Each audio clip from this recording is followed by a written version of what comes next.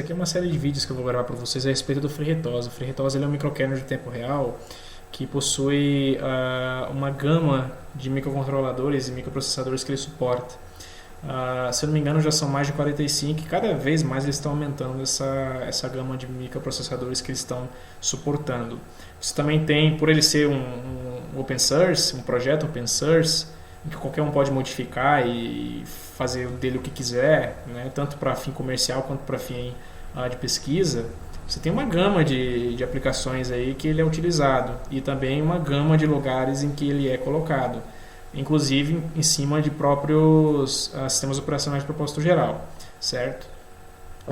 Ele é um microkernel que ele é construído assim pela Real Time Engineers, que é uma empresa que reuniu aí uma série de fabricantes que, se eu não me engano, já são mais de 10 ou 15, eu não sei se vocês têm aqui, acho que não, mas que recentemente foi comprado pela Amazon, certo? A Amazon comprou o FreeRTOS, tanto vocês verem aqui, ó, Amazon FreeRTOS, vocês vão ver, ó, a Amazon FreeRTOS. Então eles fizeram igual a Red Hat faz com o Fedora, que é patrocinar o projeto.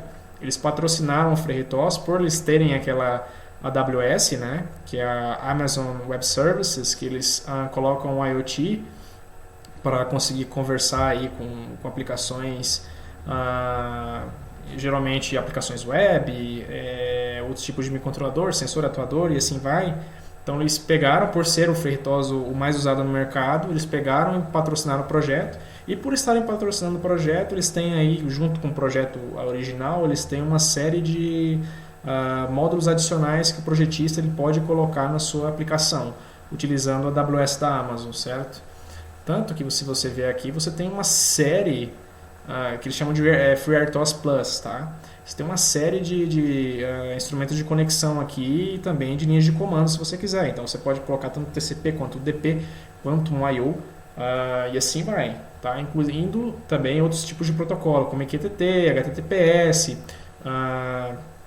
questão também de criptografia, né, que eles trabalham com esse PKCS, o pessoal da Amazon.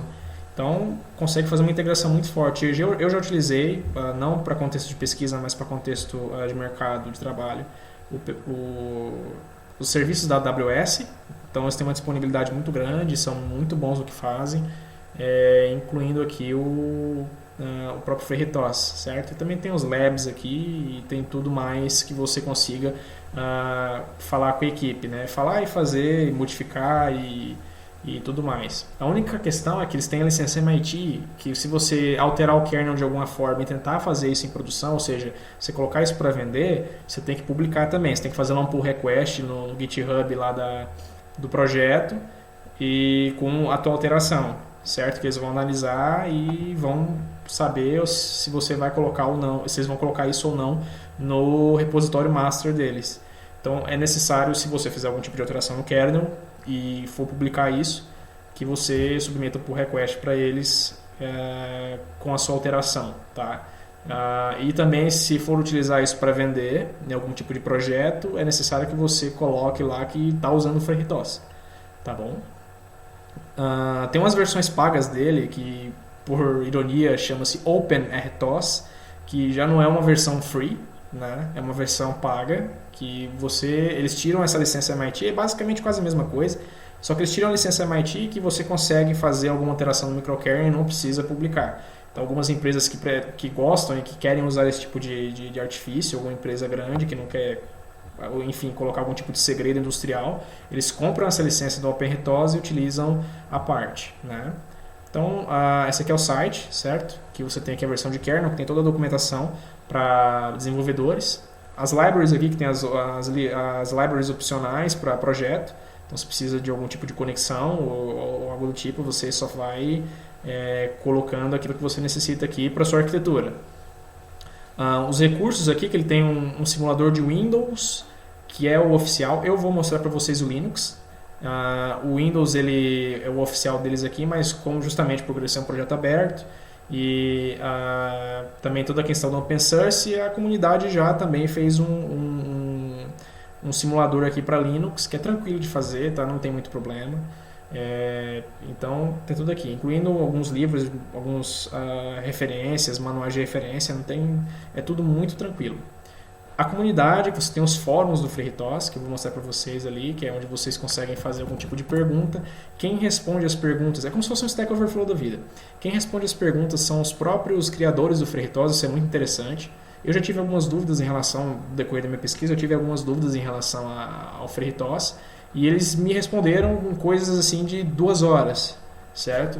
E inclusive eu conversei com o próprio criador do FreeRTOS, o Richard Berry. Ele foi o cara que começou a construção disso aí, e ele responde, é muito solícito, eles são bastante educados, vocês conseguem fazer muita coisa. Então, se tiver algum tipo de dúvida, seja em relação a algum tipo de integração com a arquitetura ou do próprio kernel, vocês podem estar falando aqui com o pessoal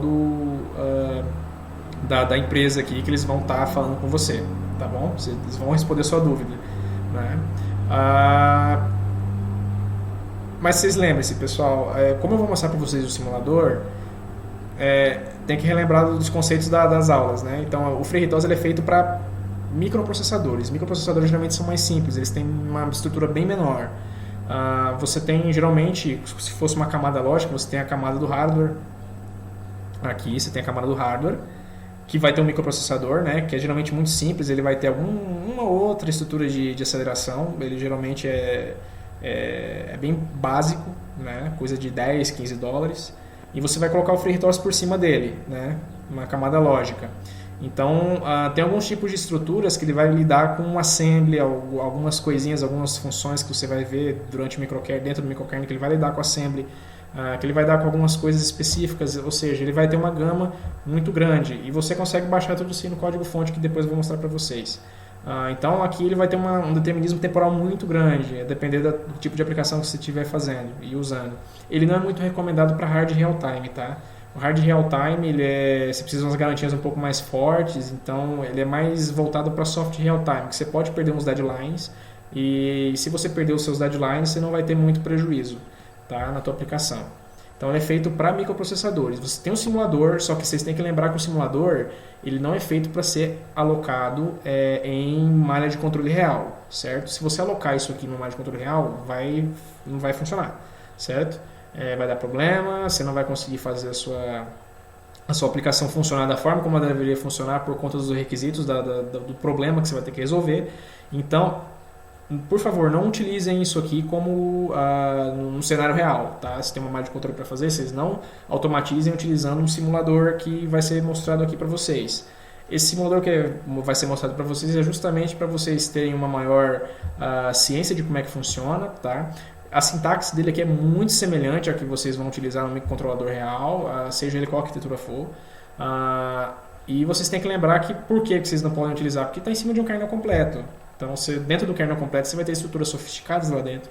Você vai ter estruturas probabilistas. Você vai ter estruturas que a própria compilador, quando você compila o kernel do Linux, lá, o próprio GFC gerado, ele vai ter alguns tipos de probabilidade, vai ter um comportamento probabilista, geralmente.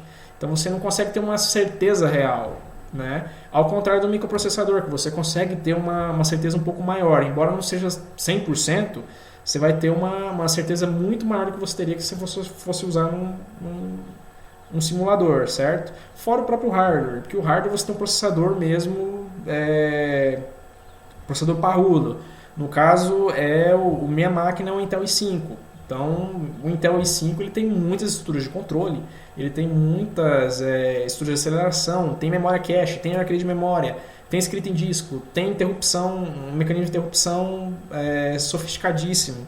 Ele é proprietário, a gente não pode abrir lá dentro e saber o que tem lá dentro para tentar fazer algum tipo de análise, não tem o que fazer. Então, assim, o simulador ele vai te dar uma ideia de como é que ele funciona, mas ele não é feito para cenários reais, tá? Então evitem de usar isso em malha de controle. Então é isso, é um vídeo mais introdutório para vocês saberem mais ou menos o que vai ser feito nas próximas sequências de vídeo. E é isso aí, pessoal. No próximo vídeo eu vou mostrar para vocês como é que funciona toda a estrutura quando você baixa o código fonte deles, tá bom?